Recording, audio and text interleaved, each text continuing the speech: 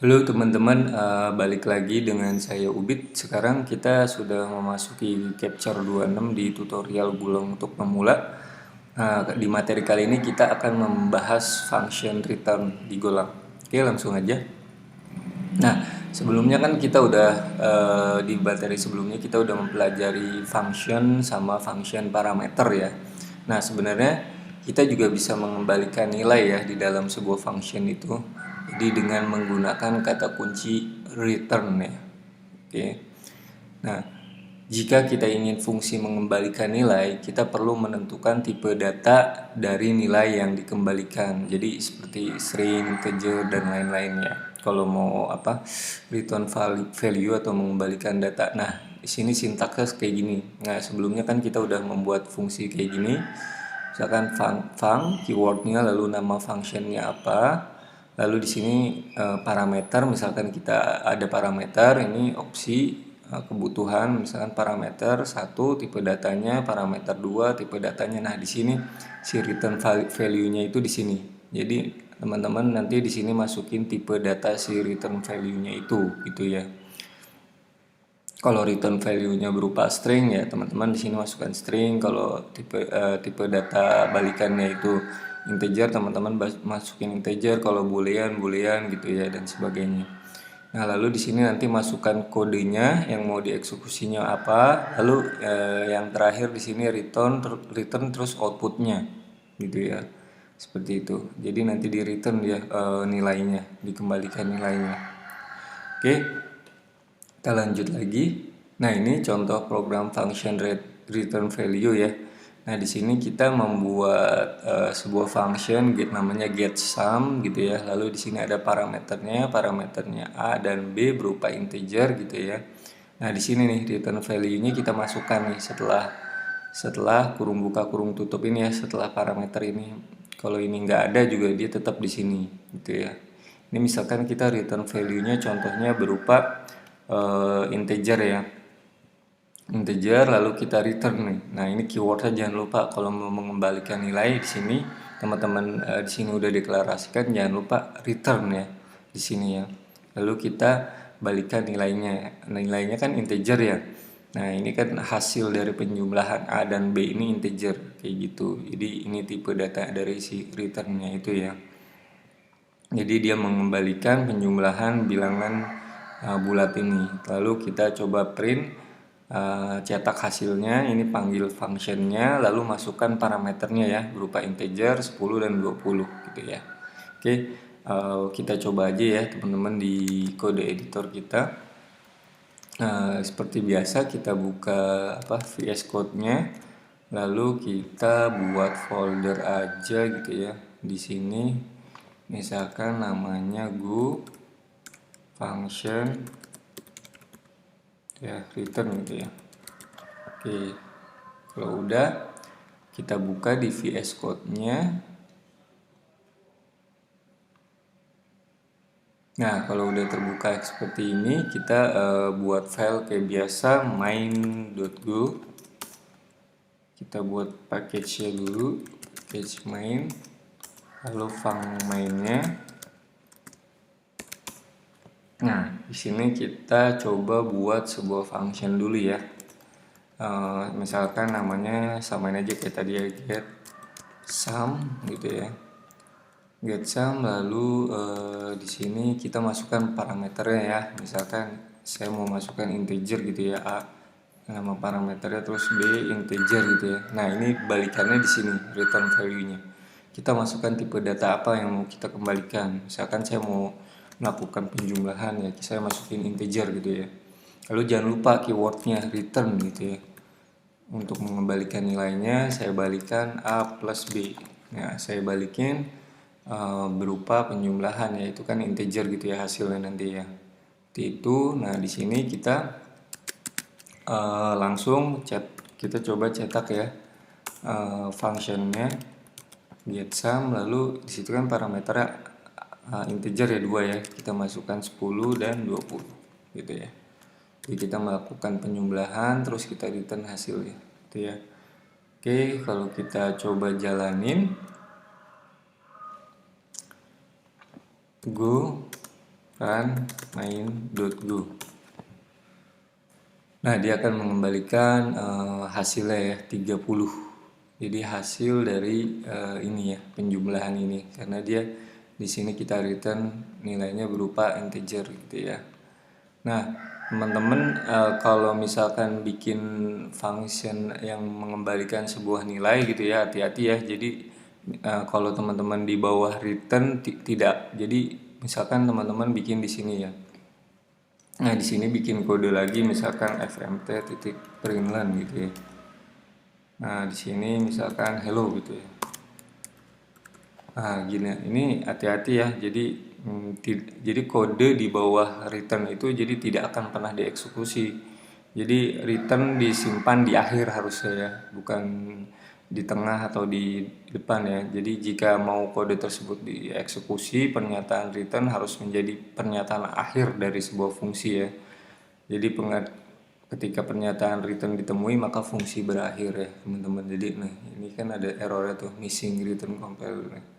Missing return, jadi dia harusnya adanya di akhir ya teman-teman. Kalau mau mengembalikan sebuah nilai ini nggak akan dieksekusi ini. Jadi kalau mau ini di bawah sini. Jadi return itu harus jadi bagian akhir dari sebuah function gitu ya.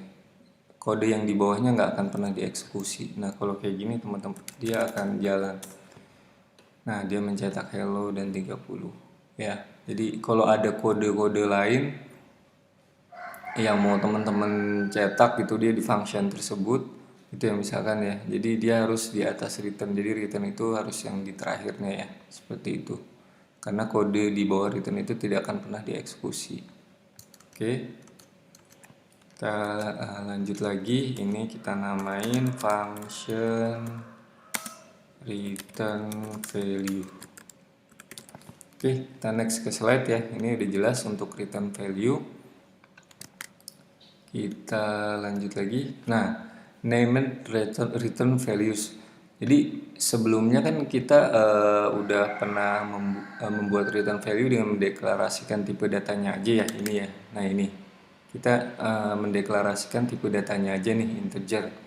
Nah, sebenarnya di Golang kita bisa memberi nama nilai yang dikembalikan dari suatu fungsi tersebut. Jadi sebenarnya kita bisa ngasih nama nih istilahnya variabelnya kali ya gitu ya. Sebenarnya nama return value ini di bahasa pemrograman lain itu jarang juga ya ditemuin ya. Kita memberi nama variabel di return value itu ya. Mungkin jarang ya, cuman ada di Golang mungkin ya. Nah, ini contohnya nih. Jadi kita namain si return value-nya itu misalkan result gitu ya. Terus tipe datanya integer, nah kayak gitu ya. Jadi bisa kita namain return value-nya itu jadi sebuah variabel ya. Ini parameter, ini kan tadinya integer aja ya. Misalkan kita di sini balikan resultnya ya gitu. Jadi di sini kita menamai nilai pengembaliannya sebagai result gitu ya, ini result. Lalu kita panggil si ininya ya, pengembalian. Sebenarnya bisa return result gitu ya, panggil ininya. Tapi kan biasanya kita return aja itu udah mewakili ya, karena ini juga kan udah dideklarasikan di sini gitu ya, kayak gitu. Oke, kita coba kali ya di kode program kita. Nah, kita coba di sini bikin function lagi, misalkan ya named, ini buat contoh named return value gitu ya. Oke, kita bikin function misalkan namanya add numbers tuh. Lalu kita misalkan masukkan parameter x integer, y integer tuh ya. Nah, di sini kita masukkan namanya, name return value-nya. Misalkan saya namain result gitu ya.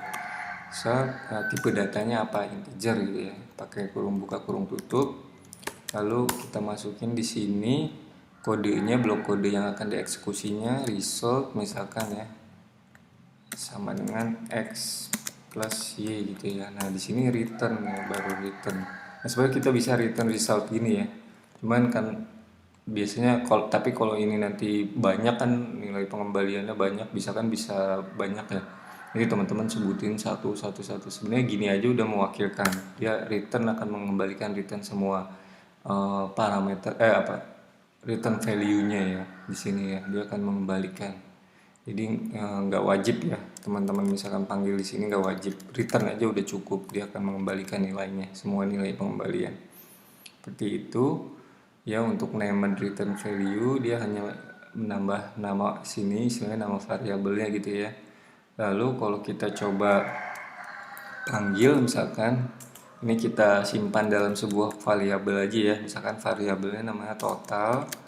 Nah, kita masukkan functionnya add numbers, lalu kita masukkan parameternya dua, kan tadi ada parameternya 20 30 misalkan gitu. Jadi saya simpan function ini di dalam sebuah variabel ya, bisa ya itu. Jadi kita juga bisa menyimpan nilai pengembalian dalam sebuah variabel ya, contoh di sini total. Jadi ini kan functionnya ya, jadi hasil pengembaliannya itu bisa kita simpan di dalam sebuah variabel, baru nanti kita panggil gitu ya. Nah, di sini kita panggil, tinggal kita panggil totalnya gitu ya. Bisa juga seperti ini ya, bisa juga langsung gini. Kalau kayak gini kan enak, nanti kita tinggal panggil variabelnya aja gitu ya. Ini kan parameternya tadi ya, berupa ini.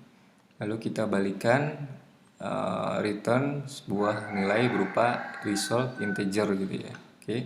Kalau kita coba jalanin untuk yang named return value-nya, ini jangan lupa di save dulu, go run main.go. Nah ini hasilnya 50 ya di sini ya. Jadi dia penjumlahan dari parameter ini 20 30 mengembalikan nilai berupa integer x and y, kita return hasilnya. Lalu kita simpan dalam sebuah variabel, masukkan functionnya, lalu tinggal kita panggil variabel. Oke, seperti itu ya named return value. Jadi kita bisa menamai sebuah return value gitu ya. Oke, kita lanjut lagi ke slide. Nah, multiple return value ya. Jadi function tidak hanya dapat mengembalikan satu nilai. Nah, ini kan kita di contoh tadi baru mengembalikan satu nilai ya, ini satu nilai, ini satu nilai gitu. Sebenarnya bisa banyak gitu ya, tapi juga bisa mengembalikan beberapa nilai gitu ya. Jadi bisa nggak hanya satu ya, nggak terbatas gitu teman-teman mau mengembalikan return value berapapun gitu ya. Nah, jika kita ingin fungsi mengembalikan beberapa nilai, maka kita perlu menulis semua tipe data dan juga bisa memberi nama dari nilai yang dikembalikan. Jadi di sini misalkan teman-teman mau balikin dua nilai, berarti tulisnya integer terus integer gitu, dua. Kalau mau dinamain misalkan yang satu result 1 integer, yang kedua result 2 integer gitu ya. Jadi contohnya kayak gini nih. Jadi teman-teman dibatasin pakai koma di sini return value-nya. Ini contoh program multiple value yang tadi kita bahas ya. Jadi nggak hanya satu ya, kan tadi kita balikinnya satu ya, satu ini ya, satu ini satu ini satu gitu ya.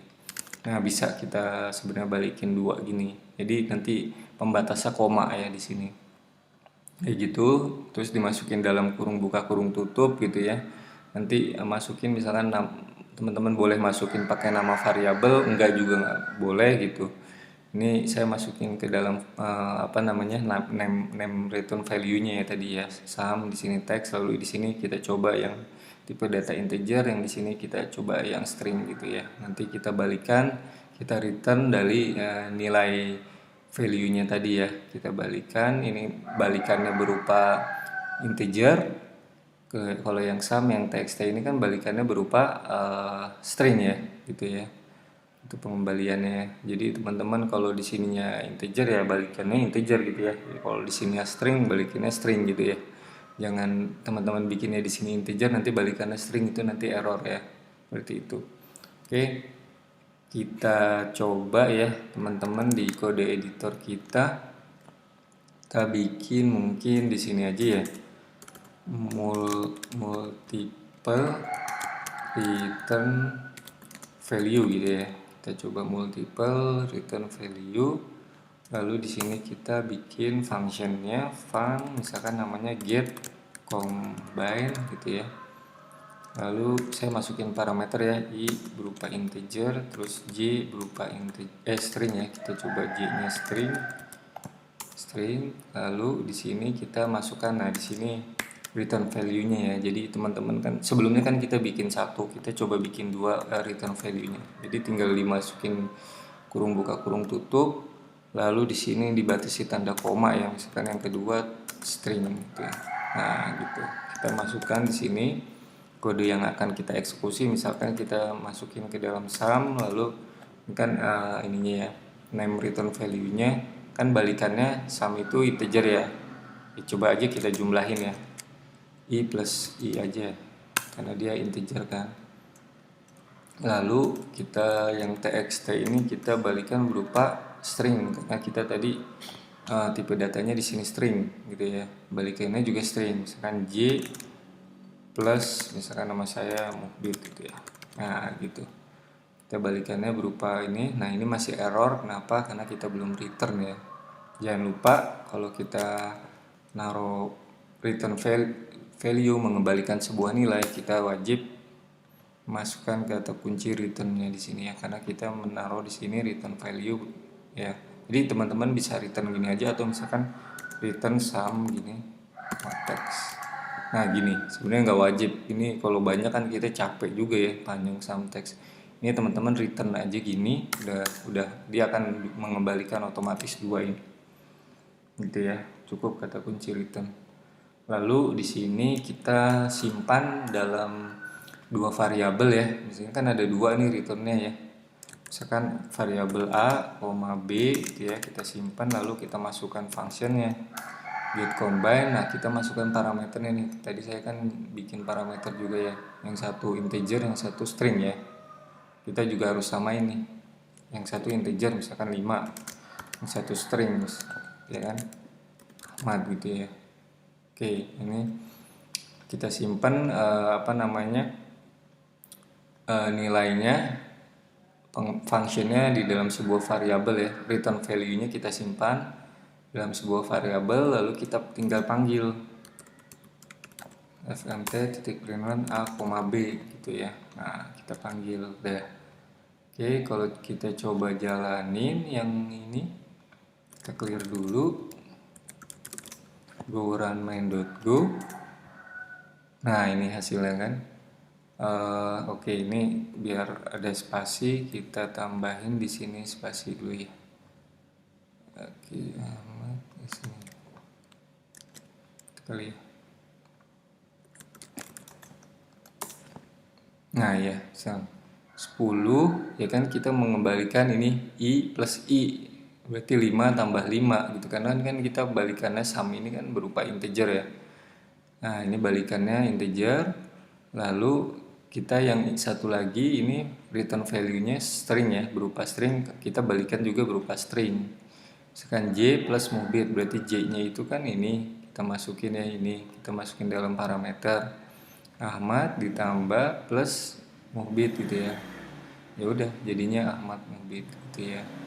Jadi teman-teman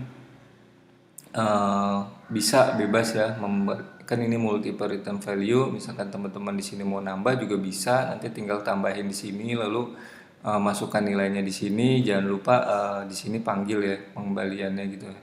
Di sini ini untuk function parameternya. Tapi nanti teman-teman kalau returnnya 3 ya di sini nanti tambah di sini, mau 4 berapa bebas, itu nggak ada batasannya. Misalkan jika kita mengembalikan 2 ya kita cetak 2 gitu ya. Kalau jika lebih ya akan error gitu ya pengembaliannya. Misalkan di sini teman-teman kan balikinnya di sini bikinnya 2, di sini teman-teman balikinnya lebih gitu, misalkan 5. Nah, ini error.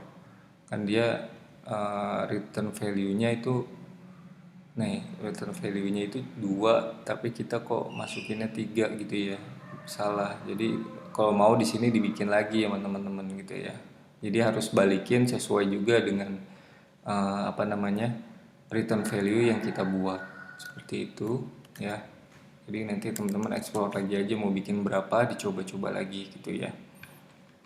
Oke, kita lanjut lagi ke slide-nya. Nah, menghiraukan return value. Nah, kadang kan kita nggak butuh semua return value kadang-kadang ya, misalkan gitu ya. Jadi ketika kita membuat multiple return value, semua nilainya wajib kita tangkap. Jadi ini sebenarnya kan kita bikin nih. Nah ini wajib kita tangkap nih di sini gitu. Jadi kalau nggak ditangkap nanti error gitu ya. Benar. Lalu jika kita tidak ingin menggunakan nilai yang dikembalikan, kita bisa menambah garis bawah atau underscore ya untuk menghiraukan nilai ini. Soalnya kan kalau di Golang, kalau ada function yang nggak kepake itu kan dia error ya, gitu ya. Jadi kita bisa nanti istilahnya ignore ya, ignore dengan underscore ini ya atau garis bawah ini gitu ya. Jadi contohnya gini, misalkan kan kita tadi membuat function yang tadi ya, yang ini. Nah, saya nggak mau pakai si uh, A ini, yang ini. Kita maunya ambilnya yang ini aja gitu ya. Yang Ahmad Muhbit aja misalkan gitu. Jadi ya udah teman-teman di sini kasih dihiraukan aja, di ignore gitu ya, di ignore di underscore variabelnya. Lalu di sini yang dimasukkan B-nya aja. Kayak gitu. Oke, coba kita coba ya teman-teman ya, di apa namanya, kode program yang udah kita buat. Nah kayak gini, ini kan misalkan saya nggak mau ya ininya, saya maunya yang tampil yang ini aja. Ini teman-teman bisa gini. Nah ini kan kalau di Golang itu kalau ada seperti ini dia error ya. Jadi apa namanya, kalau ada variabel yang nggak dipakai dia error gitu ya. Nah teman-teman bisa kayak gini aja kalau gitu. Jadi dihiraukan aja atau di ignore aja gitu si yang nggak mau kita pakainya. Nah ini udah kita panggil yang mau dipakai aja gitu, kayak gini. Kalau kita coba jalanin,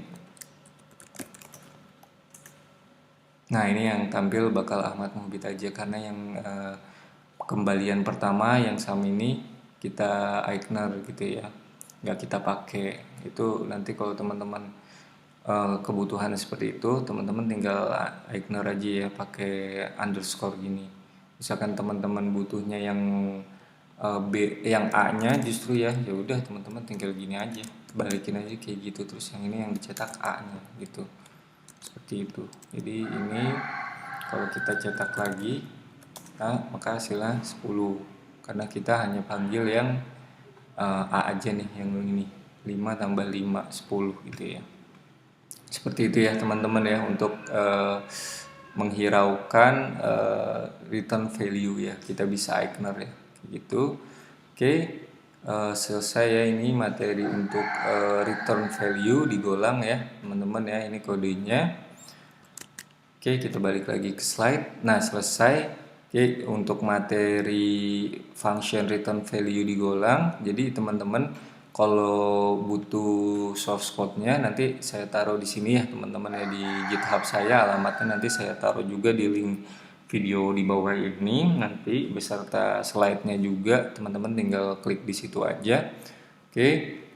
Nah, sekian aja untuk materi kali ini teman-teman. Jangan lupa like kalau suka video saya ya, atau boleh minta tolong sharing ke teman-teman yang lain yang lagi belajar juga ya, biar ilmunya terus bermanfaat. Lalu jangan lupa komen, boleh pertanyaan, boleh saran, kritik, atau request materi lain juga boleh. Silahkan komen aja, jangan ragu-ragu.